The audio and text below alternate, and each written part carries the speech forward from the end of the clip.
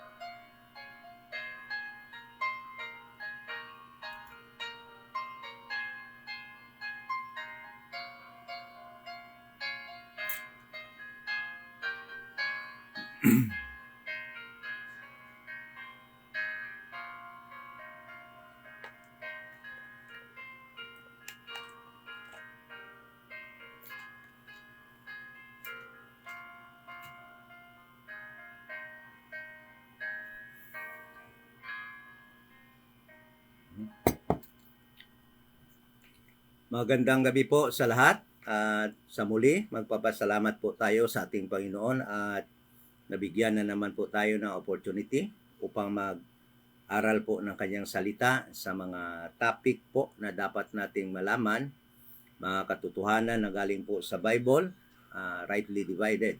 No? At ito nga pala po yung Iloilo Dispensation of Grace Bible Church. Dito po tayo sa 7040 7th Street, Lawan Village, Balantang Haro. Yan po ang lugar kung saan tayo nag-iipon. At nag-fellowship po kasama ang ating mga right divider, yung ating mga kapatid sa pananampalataya po dito sa Iloilo. At yung mga napapanood po ninyo na mga live videos po, dito din po yan nanggagaling sa lugar na ito. Thank you so much sa mga kapatid that are online sa gabi na ito na magiging kasama po natin sa ating pag-aaral at sa mga friends din po natin na magiging kasabay po natin ngayon sa ating pag-aaral. At ito nga po pala yung the only church sa Iloilo na nagtuturo na yung tao po ngayon ay maliligtas po lamang sa pananampalataya na si Jesus Christ ay namatay bayad ng kanyang kasalanan according to the scriptures, at siya po ay inilibing at nabuhay muli sa ikatlong araw upang tayo po ay bigyan ng buhay na walang hanggan. Wala na po ibang gospel na makakaligtas po ngayon.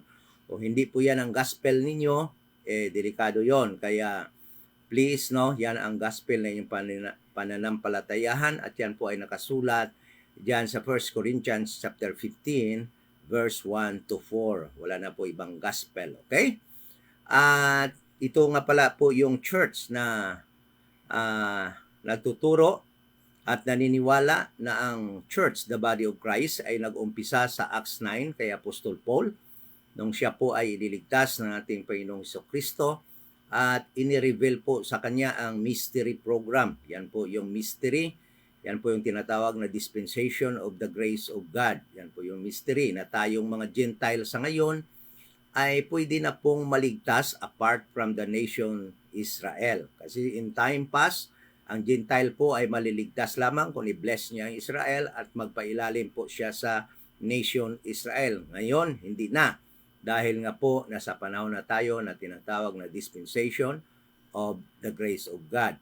At ito nga po pala yung church dito din po sa Iloilo na nagtuturo, no, na ang tao na hindi maligtas, na hindi ligtas ngayon ay ando doon sa hell or sa impyerno, at doon sila ngayon nakaranas ng torment hanggang po itapon sila sa lake of fire. Nililiwanag po natin yan, naniniwala po tayo na mayroong hell, naniniwala po tayo na mayroong lake of fire, dahil po inaakusahan po tayo, no, ng ibang tao na dahil daw nagtuturo tayo ng soul sleep ay darating daw tayo sa paniniwala na wala ng hell, wala ng lake of fire. At hindi po totoo yan. Naniniwala po tayo na mayroong hell, at yan po ang temporary place ng torment ng mga hindi ligtas na namatay na. At yan po ay temporary lamang dahil yan po ay itatapon sa lake of fire after the 1,000 reign of Jesus Christ during the white throne judgment of Jesus Christ. At tayo po ang church po dito sa Iloilo, hindi po tayo naniniwala. Liliwanagin ko po ito kasi isa ito sa mga inaakusa sa atin na darating daw ang araw na maniniwala tayo na si Satan at si Judas daw ay maliligtas. Hindi po tayo naniniwala yan. Si Judas at si Satan ay parihong hindi maliligtas, at yung lake of fire talaga ay para sa kanila, no? Kaya nga po, huwag kayong maniwala kasi they are there, no? They are out now to destroy my doctrine na tinuturo galing po sa King James Bible. Yan pong totoo niyan. Mayroon pong tao na lumalabas ngayon nag-aakusa na hindi pa nga natin sinasabi na niya na yan daw ang mangyayari sa atin. At tayo po ay nagtuturo ng soul sleep, hindi po dahil associated tayo sa ibang mga pangalan dyan na nagtuturo, kagaya ni Rodney Bolio. Hindi po tayo dyan. No? Hindi tayo follower ni Rodney Bolio, at sino pa yung mga binabanggit nila na mga personality. Hindi ko nga kilala yung mga binabanggit nila. Dahil nga po, hindi nga ako nagbabasa ng mga books, at ang binabasa ko lang po yung Bible, no? At by the way, no, yung topic natin ngayon, sasagutin natin yung comment ng isang nagtuturo din po na moderate dispensationalist. Yan pong sasagutin natin, at nadinig ko po sa kanyang preaching kanina po na siya daw po ang bida sa ating pagba-Bible study ngayon. Gusto ko lang po banggitin na wala pong bida rito. Ang bida po dito ay ang Panginoon, at ang bida po dito ay ang King James Bible. Never ka po maging bida sa pag-aaral. Huwag mo na masyado i-lift up yung sarili mo na ikaw yung bida, dahil yung pag-aaral po namin ay wala po kaming bida rito. Pari-pariho po kaming mga ambassadors. Wala pong pastor dito. Walang mataas po sa amin dito. Pari-pariho kaming mga ambassadors. Pari-pariho kaming mga aaral ng salita ng Panginoon, wala pong bida sa amin dito. Kaya hindi ka rin pwede maging bida dito sa aming pag-aaral. No? Sasagutin lang namin yung comment mo pero hindi ka bida dito. Ang bida dito, wala nang iba kundi yung Panginoong Hesukristo at ang King James Bible. Okay? So, hindi na po tayo magtatagal bago po tayo mag-dive in sa ating pag-aaral na sa ngayong part 2 ng ating pag-aaral, no, kung saan ba pumupunta ang mga kaluluwa na mga ligtas at hindi ligtas na namatay na. At part 2 po tayo at magpo-focus po tayo sa pagsagot sa comment po ng isa nating kaibigan, no, na nagko-comment, nakikialam sa ating Bible study. Okay? So, bago po yan, magdasal po muna tayo. Ama na banal, sa muli nagpapasalamat po kami sa pagkakataon po na iyong binigay sa amin na makapag-aral po kami ng iyong mga salita. Nawa po'y maging maliwanag po sa bawat isa sa amin yung pag-aaralan namin tungkol po sa subject na ito. At nawa po'y iset aside namin yung aming mga denomination, iset aside namin yung aming sariling paniniwala at bigyan po namin ng importansya po kung ano po ang sinasabi na yung salita, ang King James Bible po. Yan po ang aming final authority and we pray sa mga kapatid namin that are online. Thank you. Nandyan po sila at sa mga friends namin kahit sa malalayong lugar. We pray in Jesus' name. Amen. So, ito po yung alam naman, hindi naman lingid sa lahat, no, na nakapanood ng ating video kagabi that we thought, nagturo po tayo kung saan napupunta yung soul ng mga namatay na saved sa ngayong panahon ng dispensation of the grace of God. At alam po naman natin, at andyan po yung video na yan, at itinuro ko po na soul sleep po, natutulog at naghihintay po ng shout of the archangel at naghihintay po ng trumpet, no? Trump of God upang sila po ay ma-rapture papunta po sa heaven. At yung isa pong nag-comment dito na hindi po siya naniniwala ay, at alam nyo naman, andidiyan siya, no? Ito nga yung pangalan niya, si Mr. Hindi ko po kasi siya tatawagin na pastor kasi wala na po dapat pastor ngayon sa dispensation of the grace of God. Hindi ko naman po siya tatawagin na brother because hindi ko naman alam yung kaligtasan niya. Kung ligtas ba talaga siya. But tatawagin ko po siyang Mr. No? Si Mr. Anton Ramirez po. Ito po yung comment niya. Hindi nag-sleep ang soul. Walang account na nag-sleep ang soul. Body ang sleep, hindi soul. Yan po yung kanyang comment po, kinote po niya yung Matthew chapter 27 verse 52, yung mga nabuhay nung mga resurrection si Jesus Christ na lumabas po sa mga graves, yan pong kinote niya. At meron naman dito mga nag-agree po sa kanya, pero andyan naman, makikita nyo rin naman yung mga pangalan dyan, ng mga nag-agree sa kanya. No, nagtaka nga ako kasi mid-ax din yata itong iba, no. So, ngayon, pupunta po tayo kung bakit ganito yung mga paniniwala nila, ako dati ganun din yung aking paniniwala nung hindi pa ako nagra-rightly divide kasi alam naman natin po na yung hindi pagra-rightly divide ay napakarami pong mga loopholes or napakarami pong binibigay na mga maling doctrine at paniniwala. At yan po resulta nga ng mga pastors na nagturo sa atin dati na hindi naman nagra-rightly divide. Kaya sa totoo po, nung mag-rightly divide na tayo, nakita po natin yung mga katotohanan, na we have instructions, that was given by God to our Apostle Paul. At yan po tayo kumukuha natin instructions na ipa-follow po natin sa panahong ito ng dispensation of the grace of God. Ibig sabihin po, most of the errors, nung mali na mga paniniwala ay galing po sa hindi pagra-rightly divide po ng salita ng Panginoon ng King James Bible. Okay.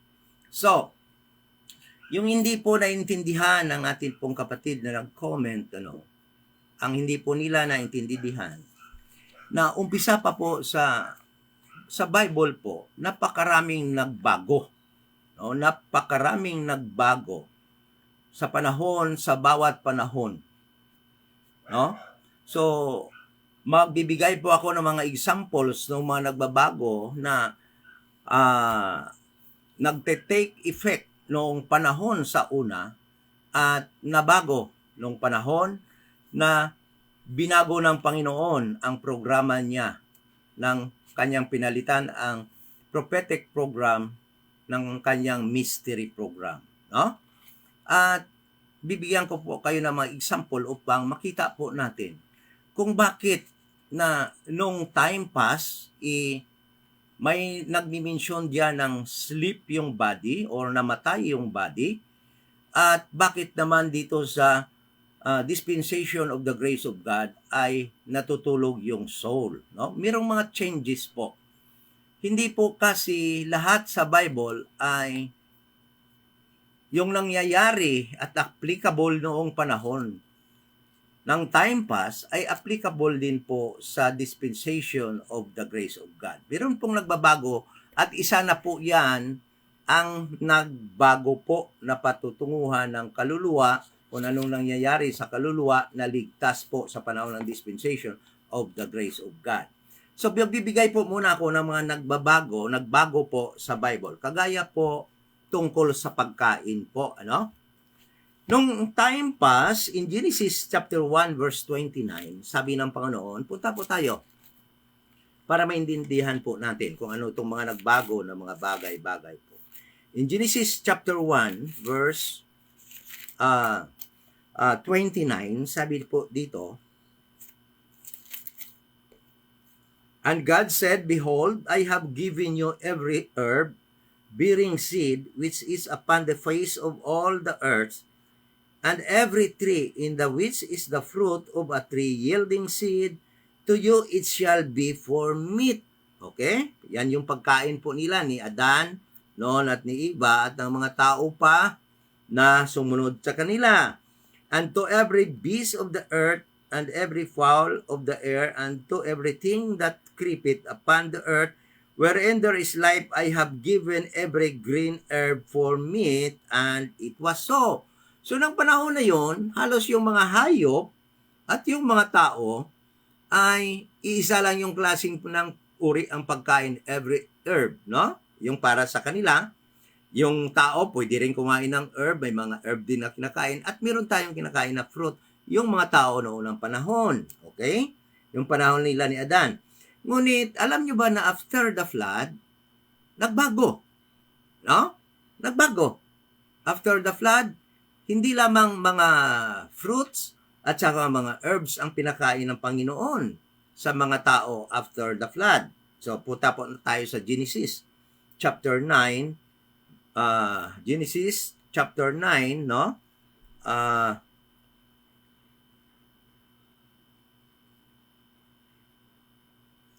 Genesis chapter 9 verse 3.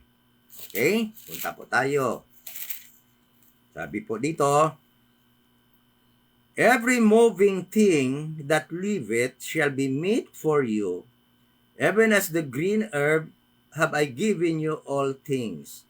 But flesh with the life thereof, which is the blood thereof, shall ye not eat.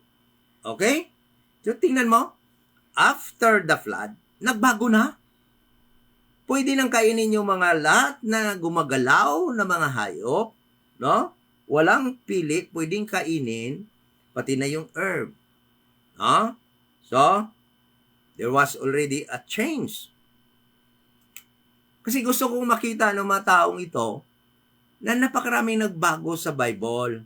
No? Kasama na yung destination, yung mga naligtas na soul sa time pass at saka sa dispensation of the grace of God. So, parang ayaw kasi nila maniwala na mayroong pagbabago. Kasi ang sabi nga niya dito, wala daw. Sabi niya dito, walang account na nag-sleep ang soul. Yes, tama yun in time past. Nung nakaraan, sa prophetic program, walang account dyan na natutulog yung soul. But sa dispensation of the grace of God, meron. So, nagbago. Yan hindi nila paniniwalaan. Ngunit, napakaraming proof sa Bible na napakaraming nagbago galing sa prophetic pagdating na ng dispensation of the grace of God. Kagaya naman, punta tayo sa Leviticus chapter 11. Pagdating sa Leviticus chapter 11, meron ng mga hayop na hindi ipapakain.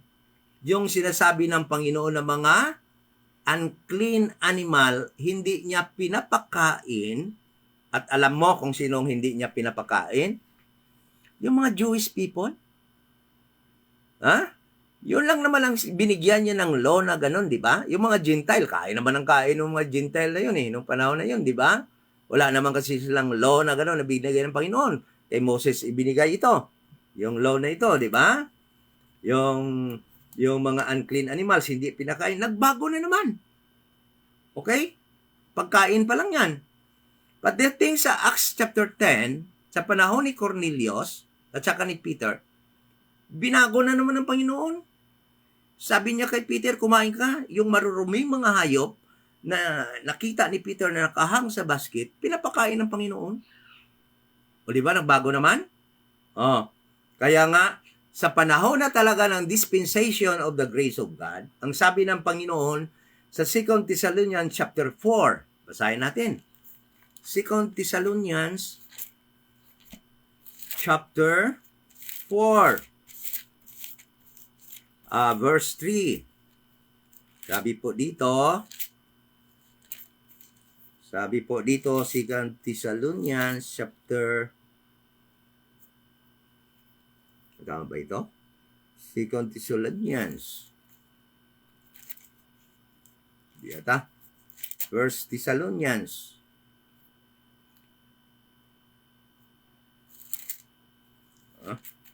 Dali lang na mali yata ako. Second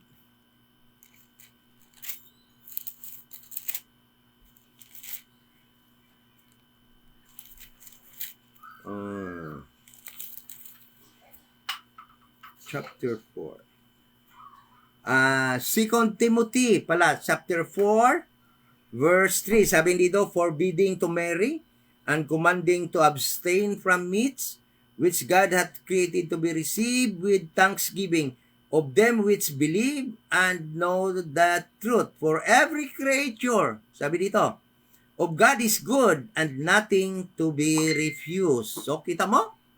Pagdating ng dispensation of the grace of God, lahat-lahat pinapakain ng Panginoon. No? Kung kaya mong kainin, kung kaya mo nilang kainin, sabi dito, every creature of God is good. Bakit doon sa time pass, hindi pwede? Bakit doon mga herbs lang, mga fruits lang?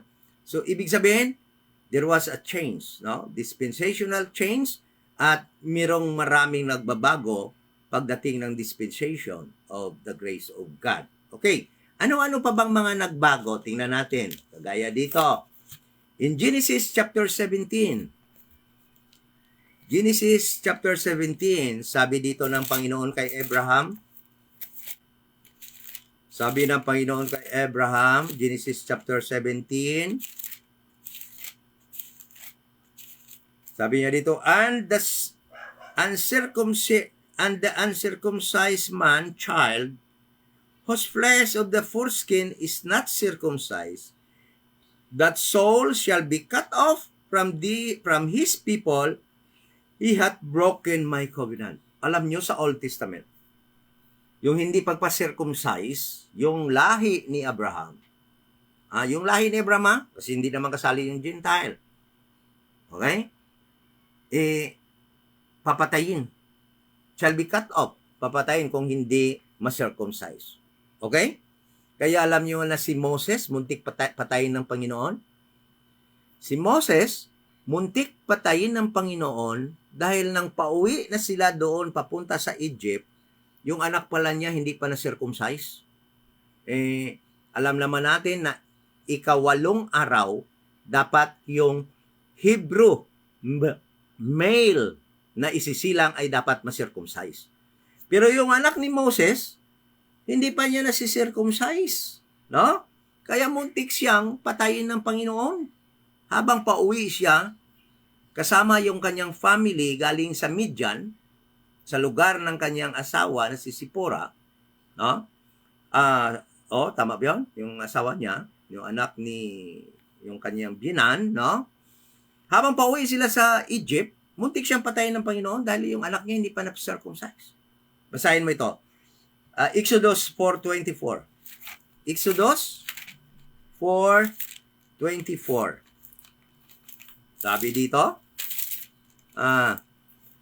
and it came to pass, by the way, in the inn, habang ando doon sila sa lodging house or sa hotel, in the inn. Kasi nag-travel sila, natulog muna sila sa inn. Sabi dito, that the Lord meet him. Nakipagkita ang God kay Moses. At sabi dito, and sought to kill him. Papatayin sana niya si Moses. Anong reason? Yung anak ni Moses na lalaki hindi pa na circumcised. Tingnan mo verse 25. Then Sipora nga yung kanyang asawa, took a sharp stone and cut off the foreskin of her son and cast it to his feet and said, surely a bloody husband art thou to me. So natigil yung pagpatay kay Moses ng Panginoon dahil nga sinircumcise ni Sipora. Musmo yung nag-circumcise ng kanyang anak. At sabi niya, ako, madugo kang klaseng asawa. No? So, yun. At alam naman natin na si Sipora ay hindi naman siya Jew, no? Dahil wala nga siya. Lahat nga ng Jews ng time na yun nandoon sa Egypt. So, ganon ka-importante yung circumcision in time past. But, listen to this. Pagdating ng dispensation of the grace of God, in Galatians chapter 6 verse 15, ano sabi ng Panginoon? Meron lahat ito ng verse, ha? Hindi tayo ng walang verse, no? Sabi dito, Galatians 6 verse 15, for in Christ, in this dispensation of the grace of God, Jesus neither circumcision availeth anything.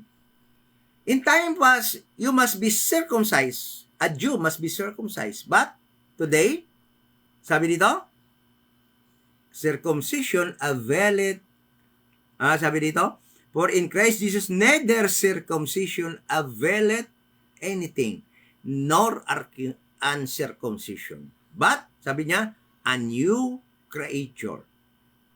Kita mo? There was a change pagdating.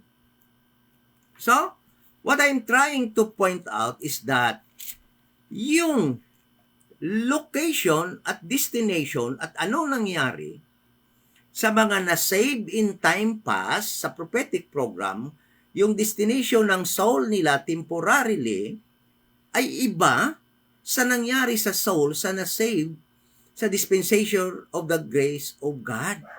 Hindi malayo yun. Pwede mangyari din yun na may changes yun.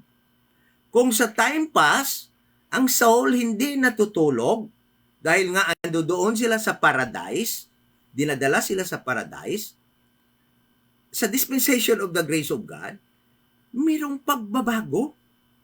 At yan ang hindi nila kayang tanggapin kasi nga, para sa kanila, hindi nila kayang mag-rightly divide. Kasi nagro-wrongly divide sila.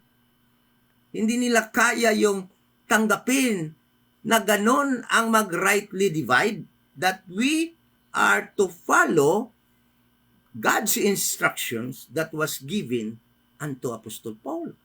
And Paul wrote that in his epistles from Romans to Philemon. And there was many changes from prophetic program to the dispensation of the grace of God. Ano pa yung mga nagbabago para hindi tayo talaga magiging, tingnan natin sa, pagdating sa salvation, anong sabi dito sa prophetic program?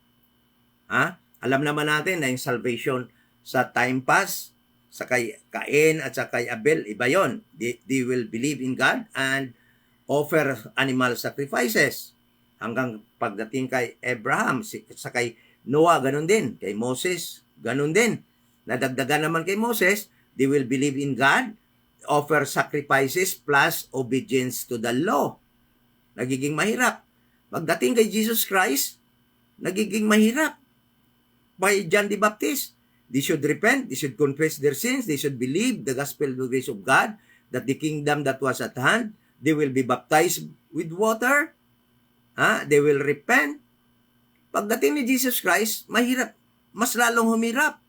Bakit? Lahat-lahat yon gagawin nila, ibebenta pa yung lahat nila ng ari-arian at mag-follow kay Jesus Christ. Tingnan mo, yung pagbago-bago ng salvation, sa panahon na yon. But ito yon, sabi dito, salvation, no? John 4:22, sabi dito, salvation is of the Jews. Okay? Para lamang sa Hudiyo. Ang salvation during Christ's earthly ministry to the Jewish people. Sabi ng John chapter 4 verse 22, salvation is of the Jews. But tingnan mo, pagdating na sa kay Paul, sa dispensation of the grace of God, salvation, ano daw? Tingnan natin yung gospel dito. Romans chapter 1 verse 16. Ano sabi? Romans chapter 1 verse 16. For I am not ashamed of the gospel of Christ, for it is the power of salvation. Ano sabi? To the Jew, to them that believe, to the Jew first, and also to the Greek. Bakit kasama na Gentile? Kasi nga, nagbago ang program. Nagbago ang instruction. Nagbago ang kaligtasan. Kung sino ang maligtas kasama ng Gentiles, nagbago din yung gospel. Ang daming nagbago. Diba? Ano pa? Sabi ni James, faith, no? Hindi uobra kung walang works. Faith is dead without works. Sabi naman ni Paul, Ephesians chapter 2 verse 8, for by grace are you saved through faith, not of works. By pagbabago. Diba? So, ito pa isa. Matthew 20:28. Sabi dito, Christ's death was a ransom for many. But sabi naman sa 1 Timothy chapter 2 verse 16, Christ's death was a ransom for all. Bakit all na? Kasi nga mayroong dispensational change from prophetic program to mystery program. Yan po kasi hindi nila kayang gawin na mag-rightly divide. Kasi i-mix kasi nila eh. Kaya nga, ngayon, hindi nila nahirapan silang mag-intindi ng Bible because of their style of studying the Bible. Sasabihin na natin ito, sarili nilang style sa pag-aaral ng Bible. Kasi yung style na pag-aaral ng Bible is to rightly divide. That is the best, that is God's way of studying the Bible na binibigay sa atin. At kung yan gagawin mo, napakadali mo maintindihan ng Bible. May nagtanong nga sa akin eh. Kasi yung hindi daw naniniwala sa turo ko, kasi kailangan daw mag-eschatology, kailangan daw mag-exegesis, kailangan daw mag-aral ng hermeneutics. Sabihin ko sa inyo, hindi ako nag-aral ng ganon. Hermeneutics, hindi ko alam yun. Exegesis, hindi ko alam yun. Eschatology, hindi ko alam yun. Ano-ano pa yung mga GGG na yan? Ang mga hermeneutics na yan? Hindi ko alam yan. Ang alam ko, how to rightly divide. Yan ang alam ko. At nagiging maliwanag sa akin dahil yung tamang pag-aral ng Bible yung sinusunod ko. 2 Timothy 2:15, study to show thyself approved unto God, a workman that needed not to be ashamed, rightly dividing the word of truth. Alam mo, hindi ka ma-approve ng Panginoon kung marunong ka ng eschatology, marunong ka ng hermeneutics, Marunong ka ng ano? Bakit sinabi ba dyan? Study hermeneutics so that you will be approved to God? Wala. Sabi ng Bible, study, rightly divide, so that you will be approved unto God. So, yung mikos-mikos, talagang hindi, mahirap mag-intindi ng Bible. So ngayon, bakit kailangan yon? Dahil mayroong dispensational change, no? From prophetic program to mystery program. Okay. So, punta na po tayo sa sinasabi po ng ating kaibigan na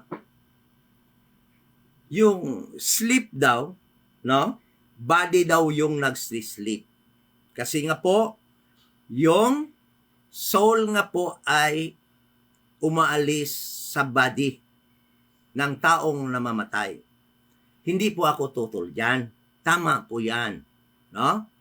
Kasi nasa Bible po yan eh. Kaya kung nasa Bible yung sinasabi mo, talagang hindi ako magtututol.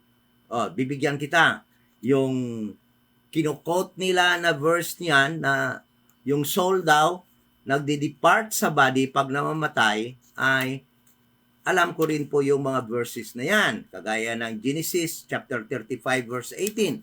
Si Rachel po ito, nung mga anak siya, ng kanyang anak, inamatay po siya at sinasabi po dyan na nag-depart ang kanyang soul sa kanyang body nung namatay siya. Kagaya po nito. Basahin po natin. Genesis 35 verse 18. Alam ko, na-quote po ito ng ating kaibigan, no? 35 verse 18. At talagang totoo po yun na ang tao, yung kaluluwa ng tao, in time past, pakinggan nyo ako at tandaan nyo yan, in time past, in the prophetic program, ganun pong nangyayari, umaalis po yung soul sa katawan nila pag namamatay sila. Ganito po yung sabi dito.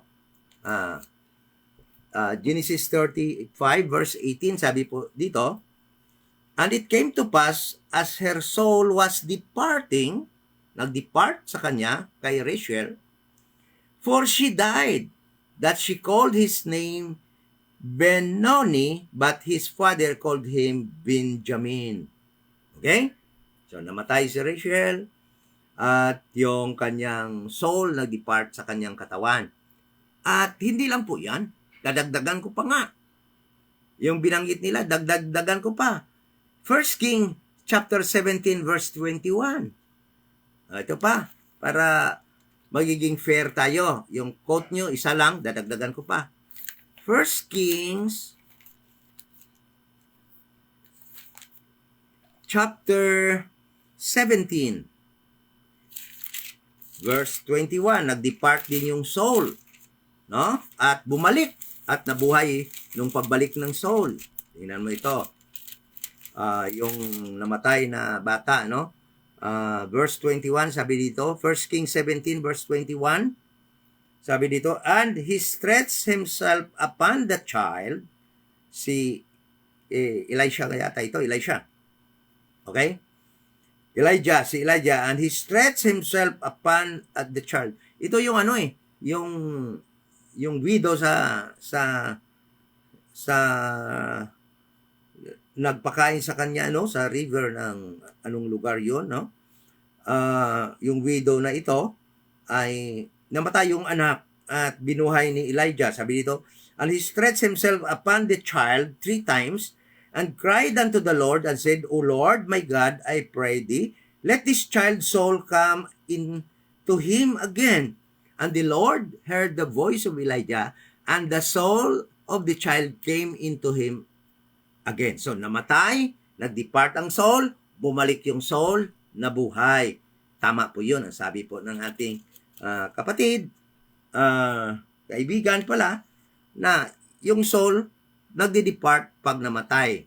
And I will always be specific in time past, in God's prophetic program. Okay? Tingnan natin. Sa mga ligtas lang tingnan natin. Meron pa isang verse, Luke 12:20. Luke 12:20. Tingnan natin, Luke chapter 12 verse 20. Sabi po dito, But God said unto him, Thou fool, this night thy soul shall be required of thee. Then who shall those things be with thou hast provided? O, sabi ng Panginoon sa itong nagtayo ng budiga at nalagay ng kanyang mga goods doon, at sabi niya, let's eat and be merry. Sabi niya, ngayong gabi, i-require. Ibig sabihin, kukunin yung soul, then mamamatay yung taong yon. O, di ba? So, ibig sabihin, tama yung ating kaibigan, na yung soul, pag namatay, in time pass, ay umaalis. No? At saan ba pumupunta yung soul ng namamatay? Alam mo, hindi naman natin makaila yun, di ba? Si Jesus Christ mismo yung nagbigay ng account kung saan pumupunta. At binasa na natin din yan nung kagabi. Punta tayo sa Luke chapter 16. Ito yun wala naman tayong ibang makikitaan pa dito. No? At naibigay ko na rin yung nangyari kay Samuel, Prophet Samuel, na nung pinalabas siya, nung witch ay lumabas siya galing sa lupa. Kaya alam naman natin na ando doon sa ilalim ng lupa. So, kagaya dito sa Luke chapter 16, sabi dito, there was a certain rich man, no? Alam na natin yung kwento nito, at namatay yung rich man. Okay, namatay si Lazaro, namatay yung rich man, at alam naman natin yung, basahin nyo na lang, ano? Namatay yung rich man, pumunta doon siya sa hell, kasi yung hell na nasa ilalim, may 2 compartment. Okay? Yung mga hindi ligtas na kaluluwa, doon pumupunta sa place of torment. Yung mga ligtas na kaluluwa in time past sa prophetic program, doon pumupunta sa paradise. Alam naman yan ng ating kaibigan, sinabi naman niya yan. Ngayon, tingnan mo dito, ang issue lang naman dito na sinasabi niya, yung soul daw ay hindi natutulog, kundi yung body. So titingnan natin ngayon. Punta tayo ngayon sa mga agreed na yan, na pumupunta, kaya nga nagdi-depart yung soul, no? Dahil meron siyang pinupuntahan, nagdi-depart siya sa body, kasi nga meron siyang pinupuntahan kung namamatay siya. Pumupunta yung ligtas doon sa paradise, sa Abraham's bosom. Pumupunta naman yung soul na hindi ligtas doon sa hell. Kaya umaalis sila sa body. Okay? So, ngayon, in this dispensation of the grace of God, mirong pagbabago. Ang nagbago, yung soul nung naligtas sa panahon ng dispensation of the grace of God. Kasi, walang record si Apostol Paul na pumupunta ang soul ngayon ng maligtas doon sa Abraham's bosom. Wala. Kasi nga, hindi nga tayo kasali sa prophetic program. They are there sa Abraham's bosom, temporarily waiting for their bodily resurrection. Hindi sila pupunta sa langit, but waiting for their bodily resurrection. Okay? Kaya nga alam nyo, na-notice nyo, ito. Si Jesus Christ, nung siya ay ipinako na, at nung pinagpapalo na yung mga tuhod nung mga kasama niyang ipinako doon sa cross, yung kay Jesus Christ hindi na pinalo. Bakit? Kasi importante yung body sa mga lahat na doon sa prophetic program. Kasi kailangan nila yung body nila na ma-resurrect. Kagaya ni Moses.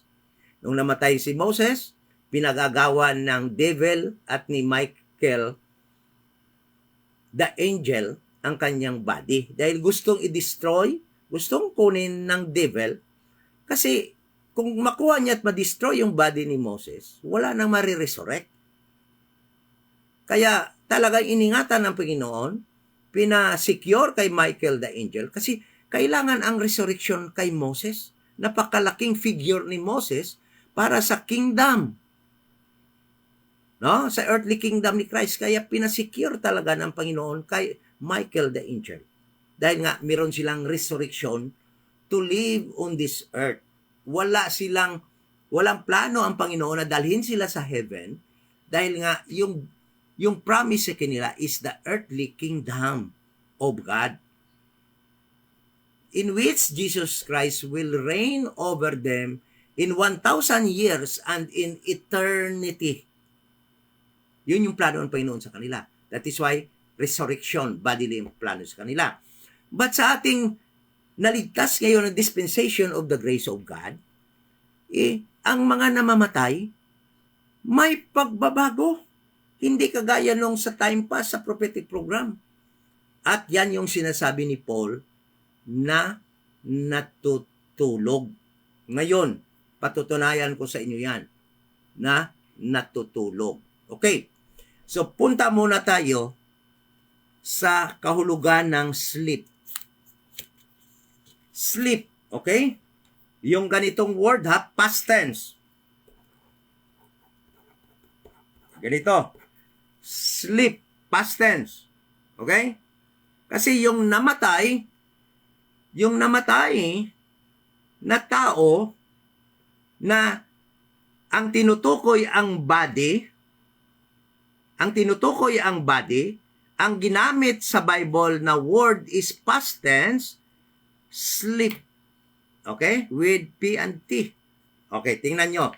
Bibigyan ko kayo ng example. But, ito. 1 Kings 11:21. 1 Kings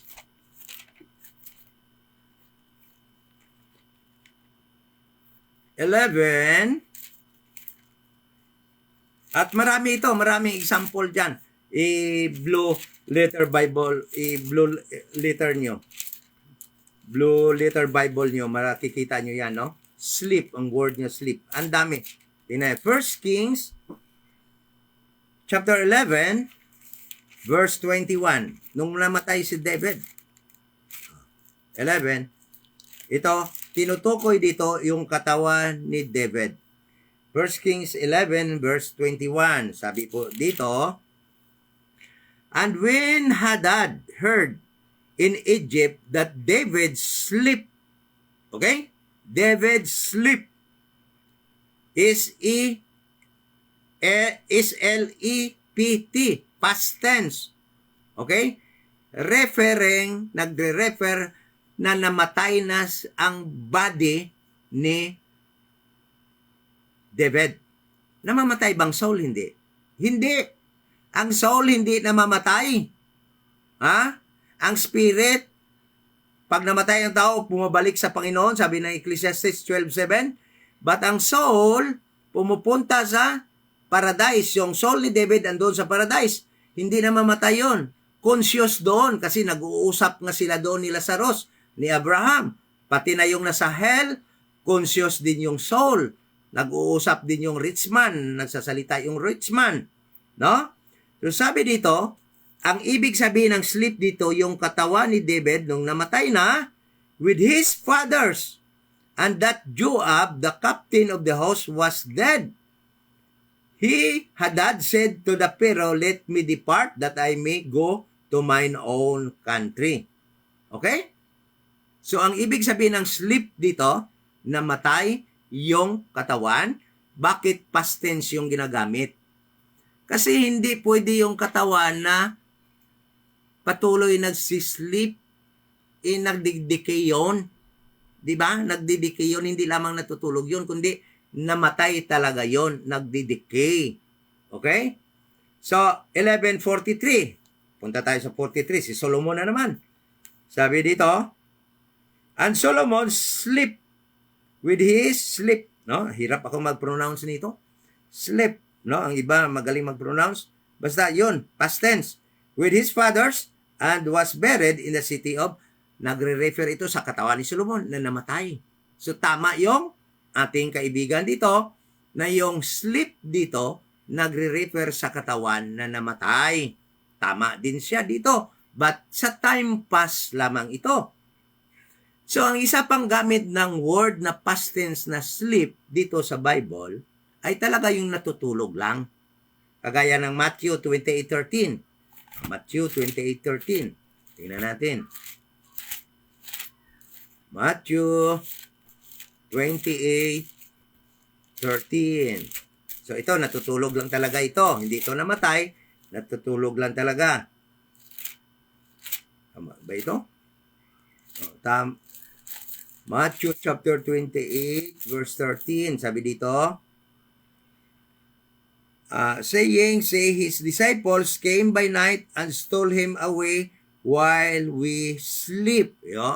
Ang sleep dito, past tense din na word, but nagtutukoy lamang ito sa pagtulog. Whereas yung sa kay David at sa kay Solomon, nagtutukoy na namatay yung katawang body nila, yung katawang lupa nila. Okay? So, yun yung mga gamit ng sleep. But, tingnan mo. Hanapin nyo. Using Blue Letter Bible o whatever Bible app para madali kayo dyan, hanapin nyo kung mirong na-mention na sleep, past tense, sa writings ni Paul from Romans to Philemon. Iisa lamang ang makita nyo. Iisa lamang ang makita nyo. 1 Corinthians 15:20. 1 Corinthians 15:20. Yun lamang ang makita nyo. Sa sinulat ni Paul na gumamit siya ng sleep or nagre-refer sa katawan na namatay. Tingnan mo. 1 Corinthians 15:20. Sabi dito, but now is Christ risen from the dead and become the first fruit of them that sleep. Nagtutukoy ng kanya pagka-resurrection bodily at siya yung first fruit sa mga namatay na katawan. Bodily. Okay, nakita nyo? Diyan lang yung ginamit ni Paul. Nagre-refer sa patay na katawan ni Kristo.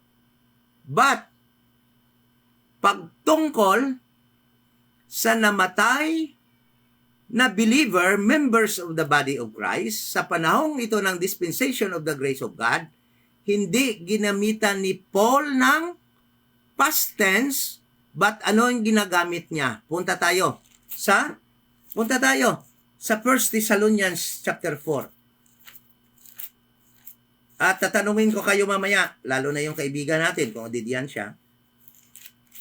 1 Thessalonians chapter 4. Sabi dito, listen to this. Verse 13, but I would not have you to be ignorant, brethren, concerning them which are asleep. Present tense, that ye sorrow not even as others which have no hope. For if we believe that Jesus died and rose again, even so them also which what? Sleep. Bakit present tense yung ginagamit? Kung body yan ang tinutukoy ni Paul, anong gagamitin niya dapat? Past tense, kasi namatay na. Bakit present tense na sleep ang ginagamit niya? Because it is still sleeping, not dead ang pag-treat ni Paul dyan. Sleeping only. At tatanong ko sa inyo, anong natutulog? Pag ang body ang natutulog, patay talaga yon. It was described in the Old Testament, sleep, patay talaga na body will decay. But dito sleep, bakit sleep na present tense? Kasi soul hindi namamatay, natutulog lamang. Kuha po natin, naintindihan po natin ito, Mr.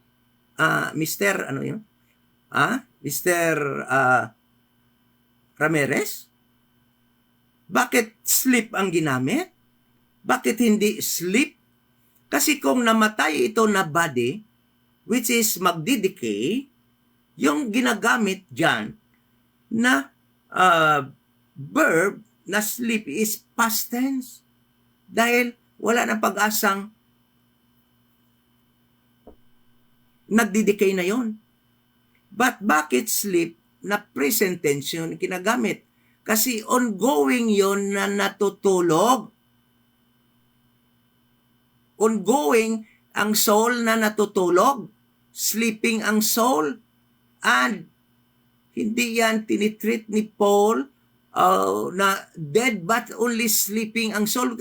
Ang soul nga naman hindi man namamatay. Kasi kung body ito namamatay, nagdi-decay. Di ba? That is why ang tawag doon sa mga namatay sa prophetic program, yung body nila sleep, past tense, nag-decay na, namatay na. But dito yung ginagamit is present tense dahil it refers to the soul that is only sleeping. Hindi patay, kundi sleeping. Sana naintindihan po natin. Tingnan mo, verse 15. For this we say unto you, by the word of the Lord, that we which are alive and remain unto the coming of the Lord shall not prevent them which are asleep, which are natutulog. Ano bang pwedeng matulog na hindi namamatay? Soul. Kaluluwa lamang. Oh? Kasi hindi nyo naintindihan ito. Kayo nga, explain nyo bakit sleep ito. Hindi ba ito present tense? Ang word na ginamit na sleep? Ibig sabihin kasalukuyang natutulog. At itong natutulog na ito, sinasabi dito, aakyat sa langit pag sound ng trumpet. Tatanong ko sa inyo, kayo, galing kayo sa Baptist, galing din ako sa Baptist, 30 years ako. Anong paniniwala natin na aakyat sa langit? Alam nyo, yan ang mali sa Baptist at sa inyong mga mikos-mikos, sa mga imdi. Dahil ganun pa rin yung paniniwala nyo, hindi kayo tama, hindi kayo talaga right divider. Kasi naniniwala pa rin kayo na yung body ay magre-resurrect sa rapture, tapos yung soul ando doon daw sa langit, mag-meet daw yun at babalik yung soul sa body na i-resurrect sa grave. Naku, maling-mali na turo yan. Bakit? Sabihin ko sa inyo. Sabi dito may verse, lahat ng sinabi natin may verse Walang assumption, walang opinion. Punta tayo sa 1 Corinthians chapter 15, verse 50. Mali yun yung paniniwala nyo mga Baptist. Na yung body mariresurrect, itong body na to, yung members of the body of Christ, hindi po mariresurrect ito. This will disintegrate ito or madi-dissolve lamang ito, but the soul will be disintegrated from this body and the soul will be caught up to heaven. Thank you for laughing. You are so good in your Bible. Tingnan nyo yan 1 Corinthians chapter 15, verse 50. Ito, iwan ko lang, bakit ayaw nyo ito intindihin? Sabi dito, now this I say, brethren, that flesh and blood cannot inherit the kingdom of God. In this dispensation of the grace of God, lahat ng naligtas dito, itong body na ito, walang importansya ito. Bakit? Hindi ito i-resurrect at bibigyan ng flesh para umakyat sa langit. Bakit? Flesh and blood cannot inherit the kingdom, the heavenly kingdom of God. Okay? Sabi niya dito, neither does corruption inherit incorruption. Bakit? Tingnan mo. Balik tayo. Chapter 1 Corinthians 15 verse 41. Verse 39. Sabi dito, all flesh is not the same flesh, but there is one kind of flesh of men, another flesh of beasts, another of fishes, another of birds. There are also celestial bodies and bodies terrestrial. mga kaibigan, itong body natin, terrestrial ito. Earthly body, designed to live in the earth, kaya tinatawag ito terrestrial body. Hindi ito pwede mag-resurrect at mag-met ng soul na sabi nyo andun na sa langit, wala pang soul doon. Nag-sleep ngayon ang soul. No? Hindi ito pwede umakyat sa langit because this body is terrestrial body. Okay? Sabi dito, there is also a celestial bodies and bodies terrestrial. But the glory of the celestial is one, and the glory of the terrestrial is another. Huh? There is one glory of the sun, and another glory of the moon, and another glory of the stars. For one stars did different from another star in glory. So, what body we should wear in heaven? Pag sound ng trumpet, pag rapture sa atin, pag awaken sa soul natin na natutulog yung mga namatay na, naligtas, ha? Pag namatay na, anong ibibigay sa atin? Sabi sa 2 Corinthians chapter 5:1, sabi dito, for we know that if our earthly house of this tabernacle were dissolved, we have a building of God, an house not made with hands, eternal in the heavens. We have eternal celestial body waiting for us, waiting for our souls in the heaven, in the third heaven. Ando doon yung ating body. Kaya yung ating soul in this dispensation of the grace of God, yung mga namamatay, sabi ni Paul, sleep, present tense, padayon na nagsisleep hanggang ngayon, waiting for that shout of the archangel and the last trump of God. Hindi ba natin makuha yan? Kasi, ang alam kasi natin, yung nangyari doon sa prophetic program, dahil nga yung soul nila nagdi-depart, nagdi-depart din daw. No, sa ngayon, nag-iba, bumago, dahil andito na tayo sa dispensation of the grace of God. As I quoted earlier, napakaraming nagbago, at isa ito sa mga nagbago. Sabi ni Paul, sleeping, waiting for that sound from heaven. Na tatawagin na tayo para umakyat doon sa langit. Sa time ng rapture. Sabi nga doon, punta tayo balik sa 1 Thessalonians, sabi niya, for the Lord himself shall descend from heaven with a shout, with a voice of the archangel, and with the trump of God. And the dead in Christ shall rise first. Then we which are alive and remain shall be caught up together with him in the clouds to meet the Lord in the air. So, tatanong ako sa inyo, ano yung i-rapture? Since na yung body, hindi makakaakyat to sa langit itong terrestrial body natin. Yung soul, yung i-rapture at dadalhin doon sa langit dahil wala pa doon yung soul natin, still waiting, sleeping, waiting for that sound, waiting for the rapture. Okay? Wala pang soul doon sa langit. No? Kasi, our soul, sasabihin ko to sa inyo, yung ating kaluluwa, wala pong capacity to go to the heaven alone.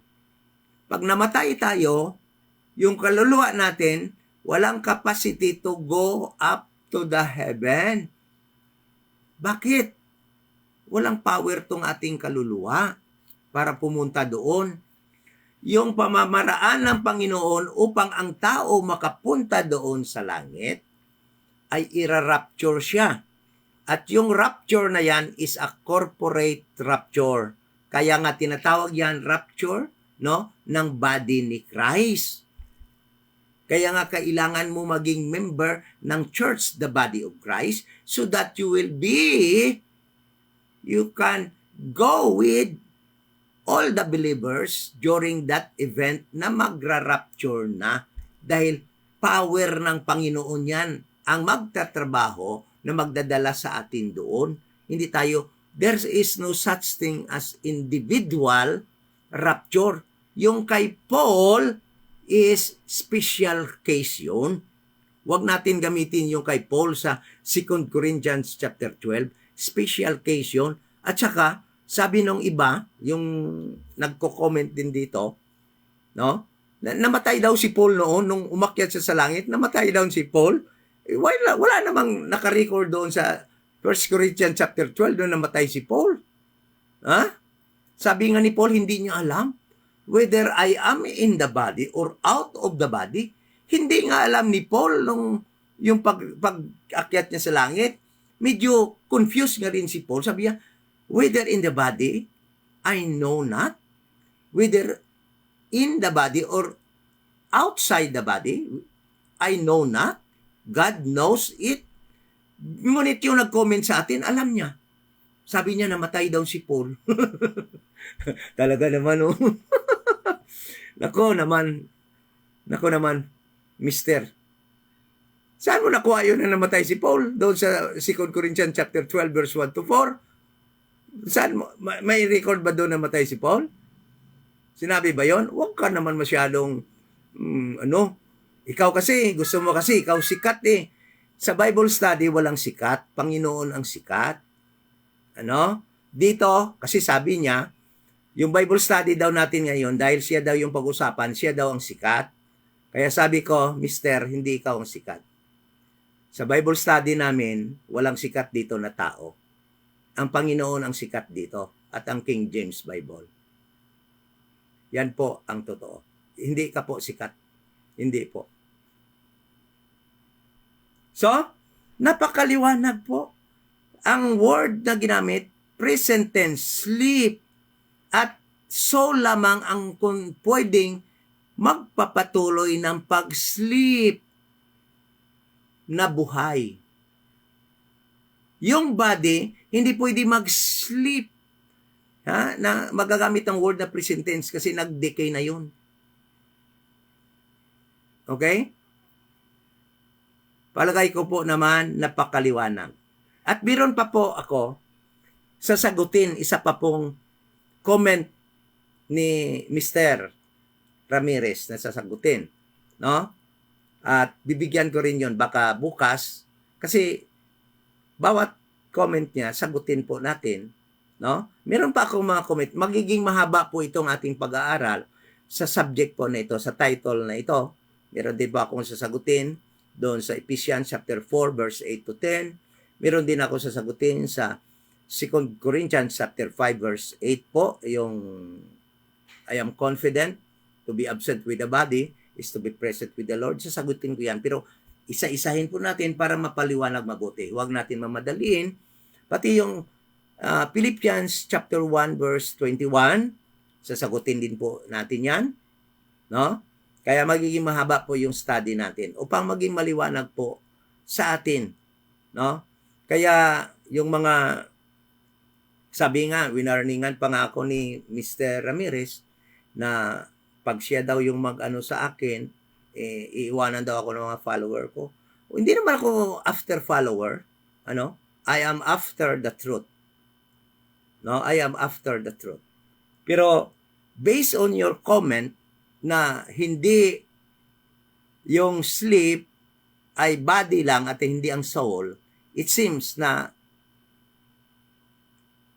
medyo may mahina po tayong understanding sa Bible, Mr. Ramirez, at yan po ay akin po i-attribute for you're not rightly dividing the word of truth. Kaya mag-mid-Acts 9 ka na kasi para mag-rightly divide ka ng tama.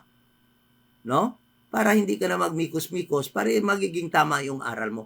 Huwag kang magtakot mag-amin sa mga tao mo, mga followers mo, na minsan nagkakamali ka rin para may ituwid mo ng tama yan. Ako, ganun ako eh. Pag mali ako, talagang magtatayo ako sa harap ng mga tao at sasabihin ko, I'm sorry. Nagkamali ako ng turo sa inyo dati. Ngayon, nagra-rightly divide na ako. Ito yung tama na turo pala sa Bible. Ganon. We must have the balls to accept, no, kung nagkamali tayo. Huwag nating paninindigan kahit na mali na, itutuloy pa rin natin. Bakit? Souls at stake. Mahal mo ba mga kaluluwa ng mga tao na nagfa-follow sa'yo? Kung mahal mo, iayos mo yung mali. Huwag kang mahiya. Ako, mahal ko yung soul. Kaya, yan ang at stake dito. Kaya kahit kung anumang mali ko, talagang aaminin ko at itutuwid ko. Pag kinukorek ako ng King James Bible, inaamin ko talaga.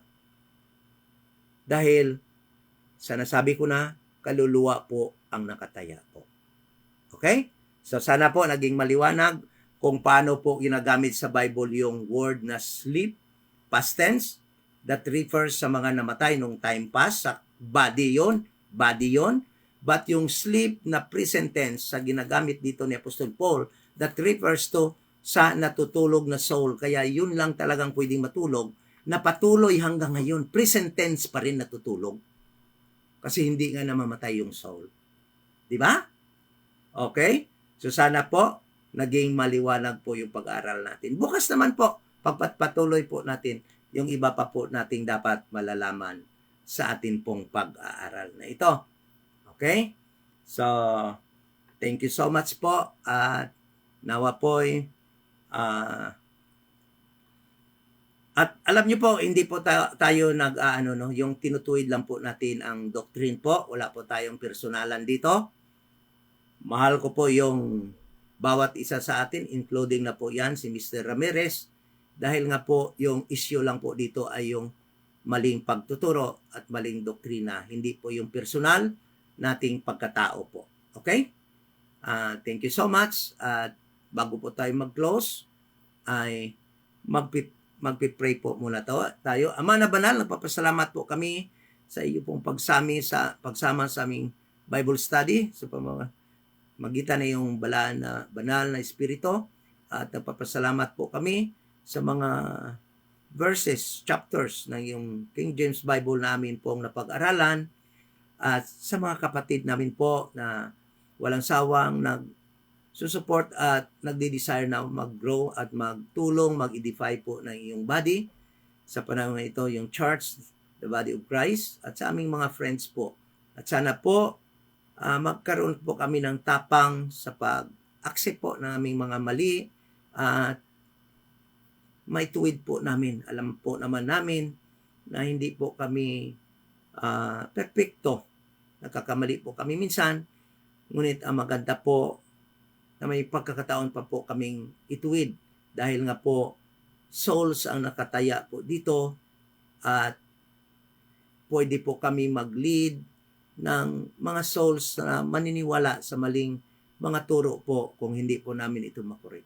Thank you so much and we pray in Jesus' name. Amen.